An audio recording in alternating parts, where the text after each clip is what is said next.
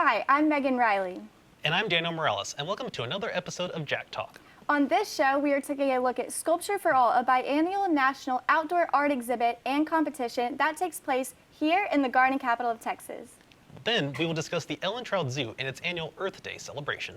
And from there, the zoo director at the Ellen Trout Zoo will join us live in the studio along with a special surprise. Stay tuned because you won't want to miss this episode of Jack Talk.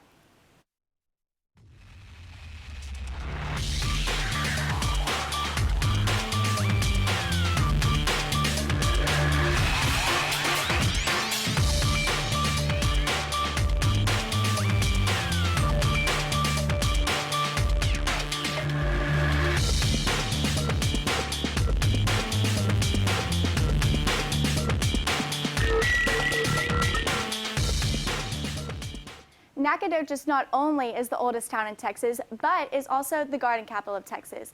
Joining me in the studio is SFA sculpture professor Jeffy Brewer to talk about the biennial Sculpture for All event and competition that occurred right here in the SFA Gardens. Thank you so much for joining me today. And I actually went to the event and it was beyond fascinating. There were so many unique sculptures. Why don't you tell us a little bit more about the event? All right, Sculpture for All is a biennial event. We do it every 2 years. This is the fourth iteration of it. The first year was 1 year, then we did a 2-year and another 2-year, and this will be 2 years. We bring artists from all over the United States. We send out a call for artists to apply, and if they apply, then we pick the top 10, and the 10 come in, and we show them here. What's the overall mission and purpose of Sculpture for All? You know, I, for the longest time, made artwork that was meant for a gallery. And one time I made a piece that was for outdoors, and I saw the reaction that people had for this. It's like, you don't have to go into a gallery to see it. Public art, it's there, right? So the mission of this is to bring people into the arts, into the fold of the arts, into the viewing art that they necessarily wouldn't see otherwise. Does it have a effect on the SFA students? Absolutely, 100%. I give about probably 20 or 30 tours a year to SFA 101 students, to just random people that call me up and want to see the artwork. I give it to my classes. Anybody that wants a tour of Sculpture for All, I'm happy to give it. And it's open to the public? It's absolutely open to the public, free, no charge. Just go check it out. So since it happens every 2 years, how do y'all prepare for a plan for the event? It kind of happens it just happens. We like I said, we send out the call, people will apply, and then we have to go get the juror involved, and then the juror picks the top ones, and then we call the artists who won, and they bring them from all over the place. We give them a small stipend of money, $1,000, and then that takes care of shipping or driving or gas or whatever. They bring them here. I help them install. I work closely with the gardens with Dawn Stover. We pour pads. We have to arrange the plants so they don't look silly, and then we install them. Boom. Because people from all over come to the event and participate, how exactly how did they become aware of the gardens and the event? Well, we put a call for entries out to it's a site called Cafe, and it's most artists that are aware of outdoor sort of things, they apply to this specific thing through Cafe. Call for artist entries is what it's called. And then we have roughly around 100 people that will generally apply to this specific thing. And there's not a lot of people that do public art, so we have to hope for the best. And like I said, once we get those 100, we narrow it down to the top 10 or 15, and then we go from there. So let's dig deeper into the judging part of the competition. So I went to the event and I was watching you do the tours. Was that when the judging was taking place? No, the first part of judging is with the artist. We pick an artist to do the juring. This year it was Robbie Barber. He's the professor of sculpture at Baylor University, and he will run through those 100 pieces and pick out his top, few, and then he'll narrow it down to the 10. And then we'll bring those in, and then he comes to the event and picks his top 3 favorites, and he gives prize money to those. There was a lot of deliberation on what to pick those top 3 to give prizes to, because it's a small community of artists. There's only 10 of us in this event, so to pick the right ones did not upset anybody. It's pretty difficult. The sculptures are beyond fascinating, and they're so unique and different from each other. What types of sculptures were added? We have a super variety. We have realistic or objective work like the pig. We have the sock monkey. Those are like, recognizable objective things. But we also have non-objective works. We have some more abstractions. I'm drawing a blank on the names right now, but there's one. Russ Connell's piece is a kind of a mid-century modern sculpture. Then there's big fun big wagon with a gun on top of it, and then this skull with the bell.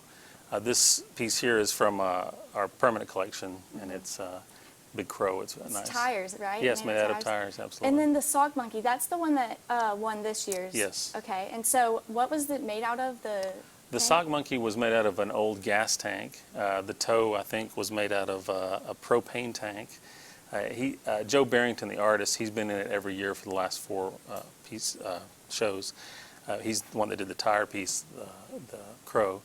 He tends to find recycled things and make his work, and sometimes it's humorous and sometimes it's thoughtful, and this one luckily was very humorous. It had a lot of detail, and Yeah. I was really interested in it. It's hard to manipulate the materials because it's made out of steel, and you have to like cut, beat, bend, and he's worked with his hands his entire life, and that's all that Joe does is make art, so it's really nice to see that. How long do they stay in there? Is this just permanent? We take the 10 pieces that are picked, they're here for 2 years. And luckily, every year we've been able to purchase one. And so we've been able to buy, the crow was a purchase. We have one in the back gardens called Monarch. It's a black abstract piece. And then we have, now at the Pineywood Native Plant Center, we have the Farmer, which is a woman holding a shovel, and it's on the permanent collection. So let's talk more about your work. So this is something you brought and you Yes. made. So tell us a little bit more about what you do. Well, like I said, about 10 years ago, I started making big public art, and it was kind of on a whim. I have a friend that runs the Arboretum, Dawn Stover, and she asked me to make a piece, and I made a small little cloud, and somebody stole it. So I decided I'm going to make a bunny, and I made her a big bunny. Well, And that was I it. am beyond fascinated with it. I'm actually going to look into it. That'd be a perfect gift for my mom or a family member. But thank you so much for joining me today. Absolutely. And to find out more about Sculpture for All, you can visit their website at sculptureforall.com, or you can check out the sculptures in person by visiting the gardens here on SFA's campus. Don't go anywhere because we have more entertainment coming your way. Stay tuned.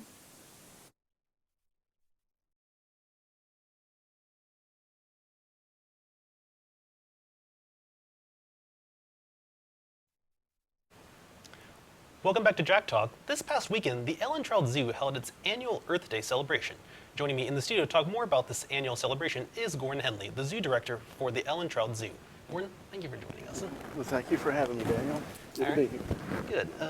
So give us a little bit of an overview about the Ellen Trout Zoo's Earth Day celebration. Well, Earth Day started in 1970, and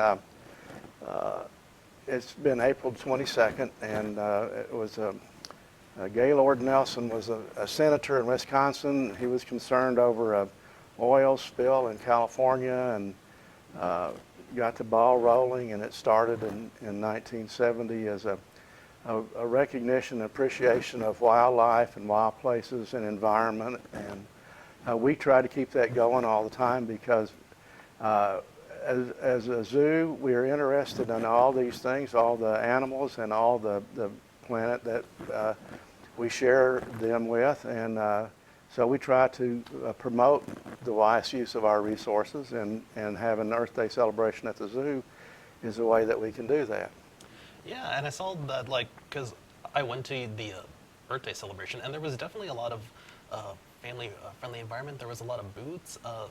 Does it take, is that a lot of work to coordinate? Well, there's some preparation that goes on, and our zoo educator, Whitney Heckler, did most of the work in organizing that and putting it on, and that we sat back and supported what she did, and I think she did a good job. Yeah, I saw, one thing I definitely saw for sure was recycling. Like you were saying about the planet, I could definitely see that recycling was a big one, and I know that you guys had recycling bin set up outside? Right. We the- had we offered half-price admission to people who brought basically a trash can full of recyclable items and deposited them in the recycling container that we had there. The city of Lufkin brought that container out for us to use, and I actually participated in the event. Yeah, and so how long has the city of Lufkin participated with you guys in Earth Day celebration? Almost as long as we've had a recycling department, and the city, they work with us very well on everything that we do. And how much did you collect this year from that recycling bin? Well, I don't know the exact volume, but we collected a lot, and we had a lot of people take advantage of that half-price admission. That's good. And so is there like a set like goal that you guys have each year for that, or is it just like whatever you guys We can get? really try to encourage as much as we can, and we haven't established a goal for a certain amount. We want to take, we bring out that very large container so we can take a lot of recycles. And so some of the other booths I saw, like there was definitely a lot of plants. The Texas Master Gardeners were there too. Right. What can you tell me about them? Well, we invite everybody that we can that has a role or a concern for environment.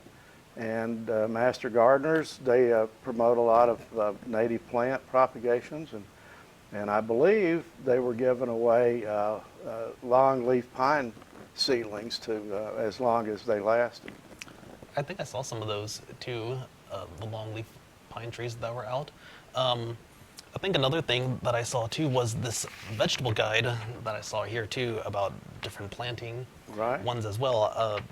I thought that was pretty cool because there's a whole lot of ones right here. Like there's lima beans, cabbage, carrots, cauliflower, different ones. So I thought that was really cool. And is it always the same boots that come back, or is it just like, does it switch out? Well, every year? we get a lot of repeats, and then there are some that come out for the first time. We're looking for people that want to share their activities with our audience and participate. So it varies sometimes. And how many booths on average do you have each year? Well, we have it, and that varies too. We have sometimes we'll have 8 or 10, maybe 15, and we set them up all over the zoo so people go around wherever they visit. They have an opportunity to encounter one of these booths and visit with our vendors there. And what's the most booths that the zoo has had? The most that we've had? Yeah. Probably 15 or so, 20 15 or so? maybe. And how many did you guys have this year? We had 10. 10? Okay. Yeah, and another one that I saw that caught my mind was the Texas Black Bear Alliance one. Right. I thought that one was fascinating because I didn't know that we had black bears here in East Texas. Well, right now they're scarce in East Texas if they're here at all.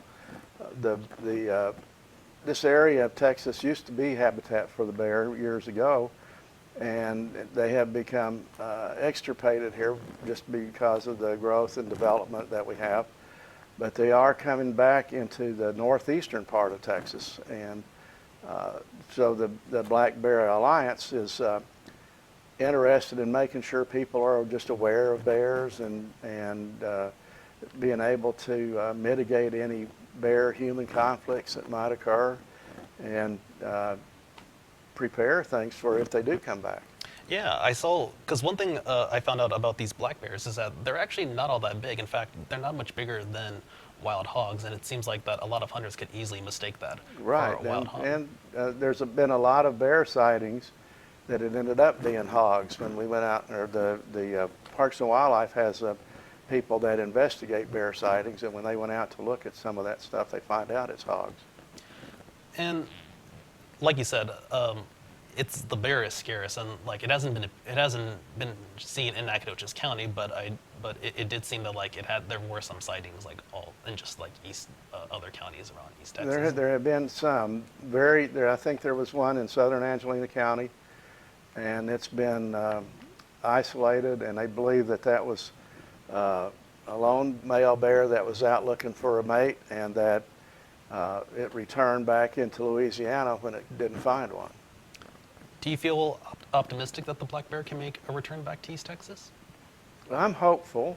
I don't really know. They haven't been here all the time that I've lived here, but it would be nice to know that they are here.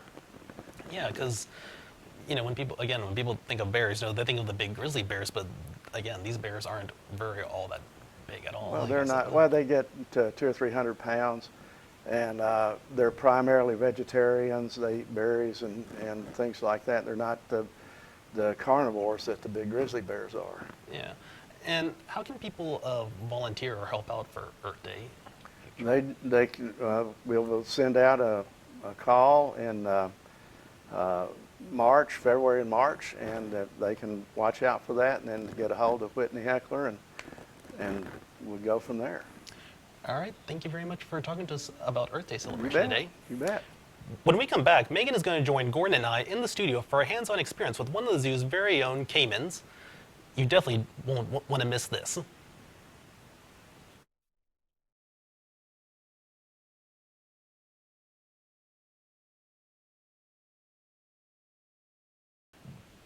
Welcome back. We are here with Gordon Henley, the zoo director at the Ellen Trout Zoo, who brought along one of the zoo's very own caimans. Gordon, thank you again for joining us. Yeah, I'm happy to be here. So tell us about your work with caimans and alligators. Well, I've had an interest in crocodilians since I was a small child, and first it was all the exciting and adventure of the big alligators swimming in the rivers and stuff, and then it got to be where I really got an appreciation for them as apex predators, and they also play a big role in maintaining the environment for other animals and wildlife. And so I've just pursued that for many years, and I've been fortunate enough to be in a group called the Crocodile Specialist Group, which is an international group of people that deal with crocodiles all over the world. And so we work to conserve them wherever they're found, and it's been successful because a lot of places where crocodiles were critically endangered in the 1970s, they're back in pretty good numbers, and so the work with crocodiles in those areas has changed from just pure conservation to management, because big crocodiles in the northern part of Australia and places in Africa are large enough to feed on people, and that's definitely not what we want. So there's the agencies in both of those countries that deal with those large crocodiles to make sure that, or to minimize the human crocodile conflict there. So when Daniel told me that you were bringing in caimans, I had no idea what a caiman was, so I had to Google it. And they look so much like an alligator or crocodile, but also a lizard. Right. What's the difference? Well, the caiman are relatives of the alligator.